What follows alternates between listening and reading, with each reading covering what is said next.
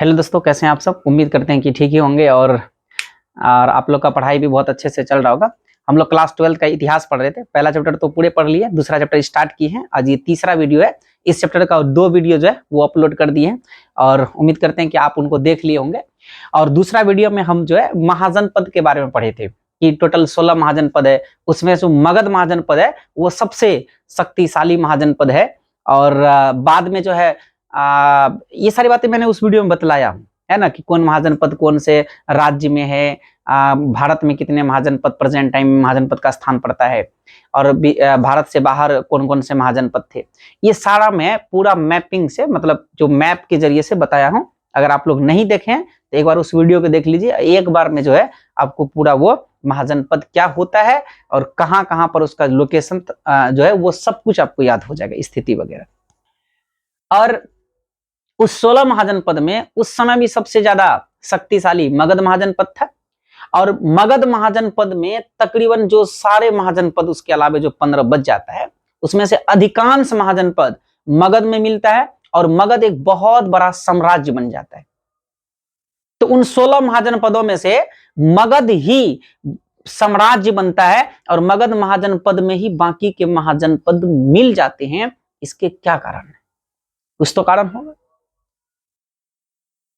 तो ये एग्जाम में प्रश्न बनता है 5 मार्क्स में, और 2013, 2017 और 2023 3 दफा जो है ये बिहार बोर्ड एग्जाम में पूछा हुआ है। 5 नंबर वाले में, 2 नंबर में भी कई बार पूछा हुआ है। तो इसलिए ये प्रश्न जो है बहुत इंपॉर्टेंट है। और इस वीडियो में हम लोग मगध के उत्कर्ष या मगध का उत्थान या मगध ही साम्राज्य बना, बाकी सारा महाजनपद इसके अंदर समाहित तकरीबन हुआ और मगध एक साम्राज्य बना, तो इसके क्या कारण थे, मगध के उत्थान के क्या कारण थे, मगध के उत्कर्ष के क्या कारण थे, मगध के शक्तिशाली होने का क्या कारण था। तो यही प्रश्न का उत्तर इस वीडियो में आपको मिलेगा। और ये प्रश्न मैं आपको शॉर्टकट में भी अभी पढ़ा सकता था, लेकिन ये प्रश्न एग्जाम की दृष्टि से चूंकि ज्यादा ही इंपॉर्टेंट है, इसलिए मैंने पूरा पॉइंट जो है आपके सामने लिख दिया। हम इसको अभी आप समझा देंगे, आप इनको उतार लीजिएगा। बस केवल आपका काम है समझना, छाप करके कॉपी में उसको याद करना, अभ्यास करना। ठीक है, तो स्टार्ट करते हैं। मगध के उत्कर्ष के क्या कारण है? तो पहला कारण है मगध की भौगोलिक स्थिति।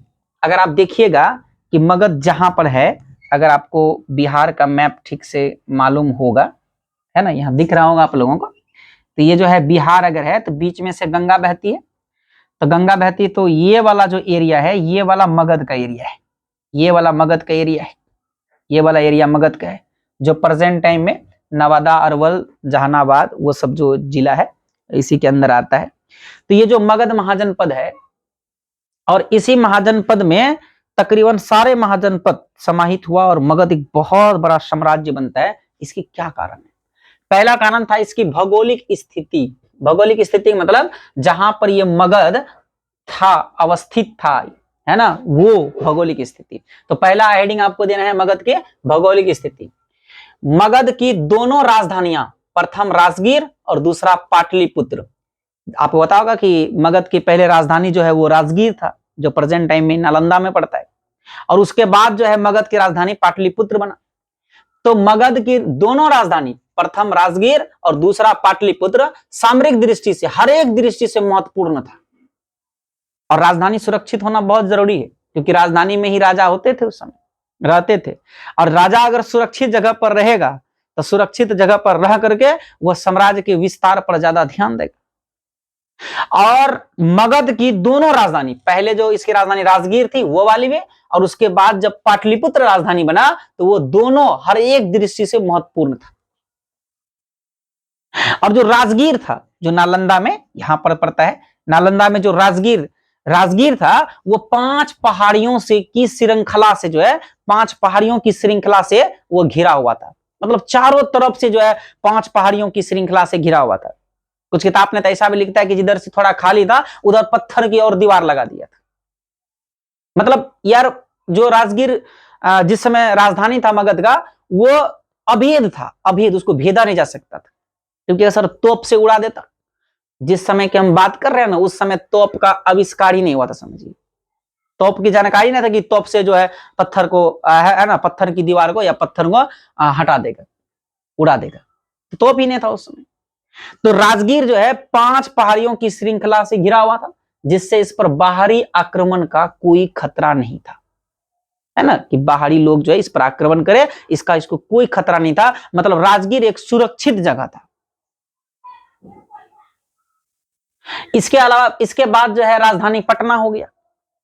और पटना आपको पता होगा कि ये पाटलिपुत्र है, ये पटना है। अब पटना में इधर से सोन नदी, इधर से पुनपुन नदी, इधर से गंगा नदी, है ना। इस मैप में अगर आपको ठीक से समझ में नहीं आता है, थोड़ा क्लियर कर लेते हैं। पता होगा आपको कि ये गंगा नदी है।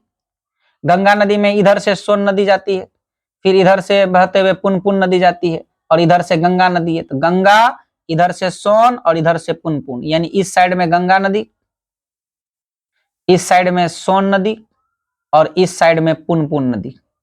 और पुनपुन नदी तो इधर भी, और थोड़ा देखिए दक्षिण तरफ से गया है इधर भी, दक्षिण साइड भी इधर भी। तो इस तरह से जो है, जो पटना है, जो पाटलिपुत्र था, वे उत्तर में गंगा, पश्चिम में सोन नदी, और दक्षिण और पूरब वाले हिस्से में पुनपुन नदी से घिरा हुआ था। अर्थात कह सकते हैं कि पाटलिपुत्र जो है ना, वो चारों तरफ से पानी से घिरा हुआ था, एक जल दुर्ग के समान था, जहां पर बाहरी आक्रमण का खतरा नहीं के बराबर था। ठीक है, लिखा है ना कि सोन और गंगा पाटलिपुत्र को पश्चिम और उत्तर की ओर से, मतलब सोन जो है पश्चिम तरफ से, आप देख सकते हैं, सोन पश्चिम तरफ से, गंगा उत्तर की तरफ से घेरे हुआ था पाटलिपुत्र को, और पुनपुन दक्षिण और पूरब की ओर से, ये दक्षिण वाला हिस्सा और पूरब वाला हिस्सा से पाटलिपुत्र को घेरा हुआ था, जिससे पाटलिपुत्र सही मायने में एक जल दुर्ग था। जल दुर्ग का मतलब बीच में जो है एक स्थान था, और चारों तरफ से समझिए कि पानी से घिरा हुआ था। उन दिनों इस नगर पर कब्जा करना आसान नहीं था, क्योंकि ये चारों तरफ से जल से घिरा हुआ एक सुरक्षित जगह था। यहां पर दूसरे राज्य के सेनाओं के द्वारा इस पर कब्जा करना आसान नहीं था। इस तरह आंतरिक रूप से सुरक्षित होकर मगध के राजाओं ने साम्राज्य विस्तार की ओर ध्यान दिया। जब राजधानी सुरक्षित, राजा सुरक्षित, तो राजा सुरक्षित है तो राजा का दिमाग एकदम बढ़िया से काम किया, और उसके बाद जो है कि राज्य का विस्तार किया। तो ये एक कारण था मगध साम्राज्य के उत्थान का, अर्थात मगध साम्राज्य के उत्कर्ष का, कि मगध एक साम्राज्य बन गया। तो मगध की भौगोलिक स्थिति अगर आपसे पूछेगा तो आपको याद भी हो गया होगा कि मगध की दोनों राजधानियां, प्रथम राजगीर और दूसरा पाटलिपुत्र, दोनों सामरिक दृष्टि से महत्वपूर्ण था, हर एक दृष्टि से इंपोर्टेंट था। राजगीर 5 पहाड़ियों से घिरा हुआ था, जहां पर बाहरी आक्रमण का कोई खतरा ही नहीं था। और रही बात पाटलिपुत्र का, तो पाटलिपुत्र उत्तर साइड से गंगा, पश्चिम से सोन नदी, और दक्षिण और पूरब से जो है वो पुनपुन नदी से घिरा हुआ था, एक जल दुर्ग के समान था। मतलब चारों तरफ से पाटलिपुत्र जो है वो नदियों से घिरा हुआ था, और वहां पर बाहरी लोगों के द्वारा आक्रमण करना पॉसिबल नहीं था। यानी दूसरे राज्यों के सेनाओं के द्वारा पाटलिपुत्र पर कब्जा करना उस समय आसान नहीं था। तो इस तरह क्या हुआ कि पहले राजधानी मगध का राजगीर रहा, फिर राजधानी मगध का पाटलिपुत्र हुआ, लेकिन दोनों जगह सुरक्षित जगह था, जिसके कारण राजा आंतरिक रूप से सुरक्षित रह करके मगध के राजा जो है साम्राज्य के विस्तार की ओर पूरा ध्यान लगा दिया। यह पहला कारण था। ठीक है, और दूसरा यहां पर है मगध की आर्थिक संपन्नताएं। केवल राजधानी सुरक्षित रहने से और राजा के सुरक्षित रहने से कोई साम्राज्य का विस्तार नहीं होता है, वहां आर्थिक संपन्नता भी मैटर करता है। आर्थिक मतलब रुपया, पैसा, दाना, ये सारी चीजें अगर नहीं होगा तो फिर राजा ही क्या कर सकता है। तो मगध की आर्थिक संपन्नता में आपको लिखना है कि मगध का क्षेत्र अत्यंत उर्वर था। बिल्कुल उर्वर का मतलब उपजाऊ, क्योंकि आप देख सकते हैं कि जो मगध का एरिया है, इधर से पुनपुन, इधर से सोन, इधर से गंगा का एरिया है, अर्थात ये नदी का मैदान था एक तरह से। और नदी के मैदान का एरिया, गंगा का मैदान का एरिया, आप जानते कितना उपजाऊ होता है। तो इसलिए यहां पर जो खेती होता था तो वो समझिए एक अतिरिक्त उत्पादन हो जाता था, मतलब जो खेत में जितना होना चाहिए उससे ज्यादा होता था। इससे क्या था कि मगध के लोग भूख नहीं मरते थे, मगध के लोग एकदम खुशहाल थे। जहां पर जनता खुशहाल हो तो वहां का राजा को भी कोई चिंता नहीं है। राजा के पास अवसर होता है वैसे साम्राज्य के राजाओं के पास कि अपना साम्राज्य का वो विस्तार करे। तो मगध का क्षेत्र जो है अत्यंत उर्वर था, मतलब बहुत ज्यादा उपजाऊ भूमि था मगध का, इसलिए वहां पर फसल भरपूर होती थी, है ना, इसलिए वहां फसल भरपूर होती थी। और ये ऐसा क्षेत्र था जहां बारिश ना भी हो ना तो खेती संभव था। ये जो अनुकूल परिस्थितियां था मगध के लिए, ये तक और सारे महाजनपदों में नहीं था, इसलिए मगध महाजनपद से और सारे महाजनपद जो है पिछड़ा हुआ रह गया, ऐसा था।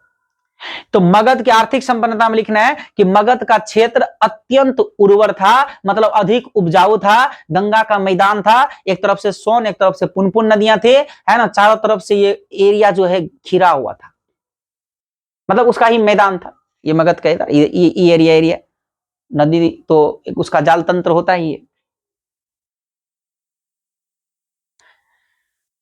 इसके अलावा कृषि उत्पादन से उद्योग, अब अतिरिक्त कृषि उत्पादन होने लगा। यहाँ पर होता था अतिरिक्त कृषि उत्पादन, मतलब बहुत ज्यादा उपजाऊ भूमि मगध के पास था तो अतिरिक्त कृषि उत्पादन होता था। अतिरिक्त कृषि उत्पादन का मतलब हुआ कि जितना लोगों को कृषि से अनाज चाहिए अपना भरण पोषण करने के लिए, उससे ज्यादा हो जाता था। तो जब ज्यादा होता है तो आप बताइए वहां पर क्या होता है, व्यापार वाणिज्य बढ़ता है, यानी उसको लोग बेचता है, तो व्यापार वाणिज्य बढ़ गया। और अतिरिक्त कृषि उत्पादन होने से उद्योग और शिल्प भी विकसित हुआ, माना फैक्ट्री और शिल्प में दोनों में वृद्धि देखने को मिला।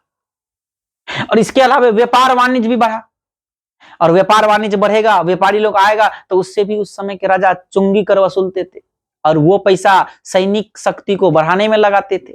मतलब हर एक तरह से मगध के राजाओं को फायदा था।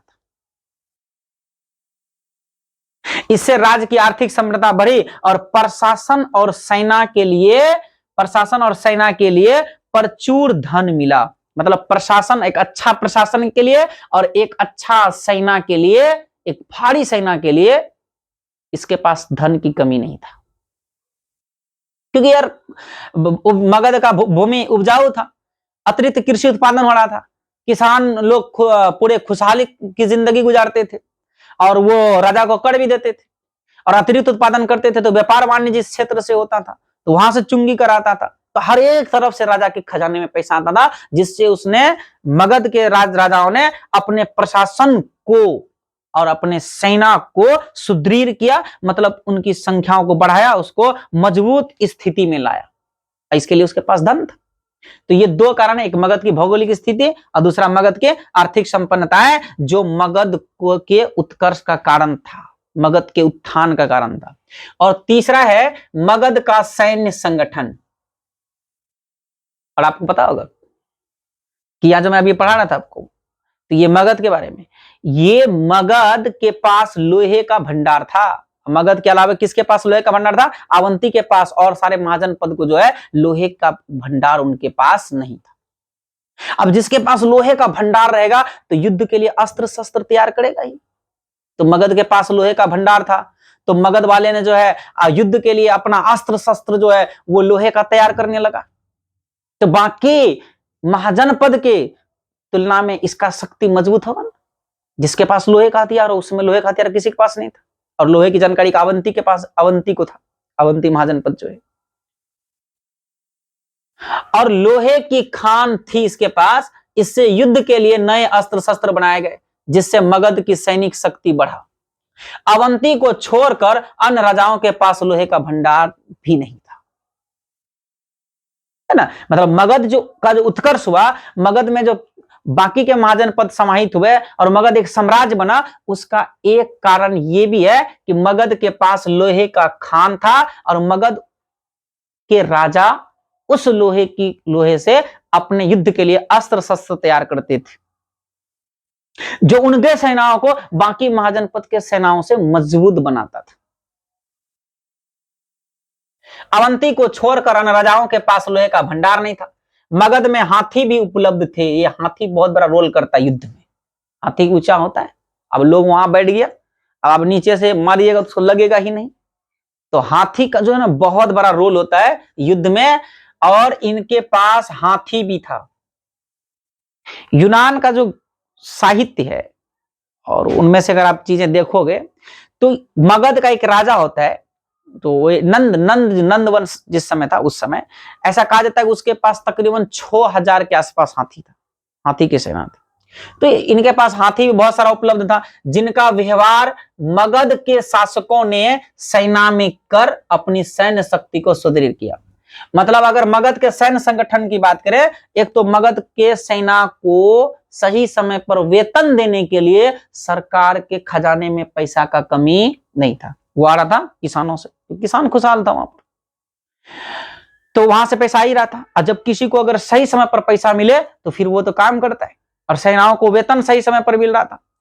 दूसरी बात कि मगध के पास लोहे का खान था, तो मगध के पास लोहे का खान था तो मगध लोहे का हथियार बना रहा था। आवंती को छोड़कर और मगध के अलावे मगध और आवंती को छोड़कर बाकी महाजनपद के पास लोहे का खान भी नहीं था, तो इसलिए जो है ये उस मामले में भी आगे था। इसके अलावा इनके पास युद्ध करने के लिए हाथी भी बहुत संख्या में था ना। ये भी एक कारण है जो मगध महाजनपद जो है उसका उत्थान हुआ, अर्थात मगध जो है महाजनपद से एक साम्राज्य का रूप धारण किया। आपके पास सेना भी है, आपके पास कृषि भी उपज अच्छा हो रहा है, और मगध की भौगोलिक स्थिति भी अच्छी है, सब कुछ अच्छा है, लेकिन अगर आपको सही नेतृत्व करने वाला शासक नहीं मिलेगा तो आप आगे नहीं बढ़ सकते। इसलिए मगध के उत्कर्ष में मगध की भौगोलिक स्थिति, मगध की आर्थिक संपन्नता, मगध के किसान और मगध के सेना के अलावे वहां के शासकों का भी बहुत बड़ा योगदान रहा है। बौद्ध और जैन साहित्य के अनुसार मगध के उत्कर्ष में, यानी मगध के साम्राज्य बनने में वहां के राजाओं का भी महत्वपूर्ण भूमिका था। हर्यक वंश के राजा याद करिए, बिंबिसार और उसका पुत्र अजातशत्रु। मैंने पिछले वीडियो में पढ़ाया कि इन दोनों ने मैत्री यानी मित्रता स्थापित करके, वैवाहिक संबंध स्थापित करके, कूटनीतिक से युद्ध करके बहुत सारे महाजनपद को मगध में मिलाया और मगध का विस्तार किया।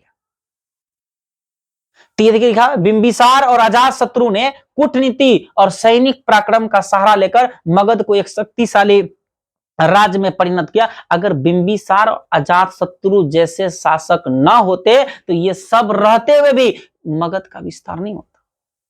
इसलिए एक किसी भी राज्य का या साम्राज्य का उत्थान होने के लिए सारे चीज उपलब्ध होने के साथ साथ वहां एक अच्छे राजाओं का, एक अच्छा नेतृत्वकर्ताओं का भी होना जरूरी है, जो कि मगध को मिला है ना। तो बिंबिसार और अजातशत्रु जैसे राजा इसको मिले।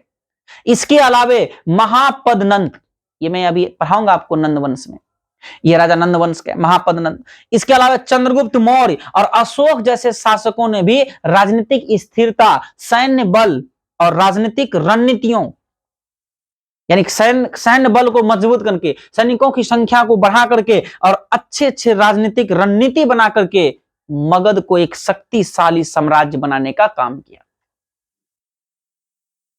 तो मगध के उत्थान में केवल एक फैक्टर नहीं है, मगध के उत्थान के केवल एक कारण नहीं है, बहुत सारे कारण है, लेकिन मैं यहां पर केवल आपको 5 कारण बताने वाला हूं जो सबसे प्रमुख है, जिसमें मैंने 4 आपको बताया। पहला, मगध की भौगोलिक स्थिति, यानी मगध जहां पर स्थित था वो बहुत बेहतरीन जगह था, मतलब इसका जो राजधानी रहा दोनों, वो एकदम सुरक्षित जगह था जहां पर राजा सुरक्षित रह करके अपने साम्राज्य विस्तार पर काम कर सकते। और दूसरा, मगध की आर्थिक संपन्नता, यानी जिस तरह का इसको भूमि मिला हुआ था, उपजाऊ भूमि, ये इसका प्लस पॉइंट था। और तीसरा था, मगध के पास लोहे का खान, मतलब एक मजबूत सेना इसके पास था। और चौथा था कि एक अच्छे शासकों का योगदान, एक अच्छा नेतृत्वकर्ता इसको मिल गया। ये 4 पॉइंट है ना। और ये चारों मैंने आपको समझा दिया, आप इसका स्क्रीनशॉट ले लीजिए, इसको उतार लीजिएगा, अभी 5वां पॉइंट भी लिख रहे हैं।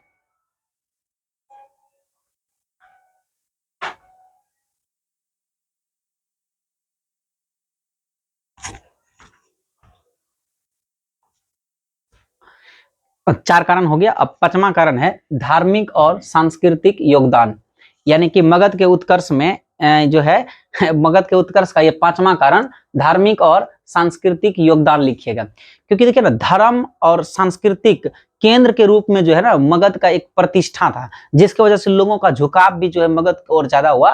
तो मगध को बौद्ध धर्म का उद्भव स्थल माना जाता है, और मगध के जो का क्षेत्र था उसी के आसपास जो है बुद्ध भगवान को ज्ञान की प्राप्ति हुआ। आप लोग जानते हैं कि गया के अंदर हुआ, बिहार में। और गौतम बुद्ध ने यहाँ पर अपनी शिक्षाएं भी दिया मगध के एरिया में, और उनके वहां पर जो है अनुयायी आए, और यहीं पर बहुत सारे अनुयायी उसके मानने वाले लोग भी वहां पर बसे। इसके अलावा जैन धर्म का भी विकास यहाँ पर हुआ। इस तरह से इन धर्मों ने मगध को एक धार्मिक और सांस्कृतिक केंद्र के रूप में प्रतिष्ठित किया। मतलब बौद्ध धर्म के जो संस्थापक थे बुद्ध भगवान, वो खुद इस एरिया में आए, यहाँ पर उन्होंने शिक्षा यानी दिए यहाँ के लोगों को उपदेश बांटे, और इसके अलावा इसी के आसपास जो उसको ज्ञान की प्राप्ति हुआ। इसके अलावा जैन धर्म का विकास भी इस क्षेत्रों में हुआ, जिसकी वजह से इन दोनों धर्मों ने मगध को एक धार्मिक और एक सांस्कृतिक केंद्र के रूप में प्रतिष्ठित किया, एक प्रतिष्ठा बढ़ाया। और जिस जगह पर ये बुद्ध भगवान और जैन धर्म के महावीर है ना, इनका पांव जहां पर पड़ा हो, आप समझ सकते हैं उस स्थल का महत्व को। और जो है इन दोनों धर्मों ने जो है धार्मिक और सांस्कृतिक केंद्र के रूप में मगध का एक पहचान दिया। तो ये भी एक कारण था मगध के उत्कर्ष का, है ना। बुद्ध की धरती है, जैन की धरती है। तो इस प्रकार से ये 5 पॉइंट हुआ, और ये 5 नंबर में अगर आपसे पूछेगा तो आप इस 5 पॉइंट का मेंशन कर दीजिएगा, आपका एक बेहतरीन आंसर हो जाएगा। ठीक है, और इस क्लास को यहीं पर खत्म करते हैं, फिर आगे मिलते हैं है ना चौथे वीडियो में।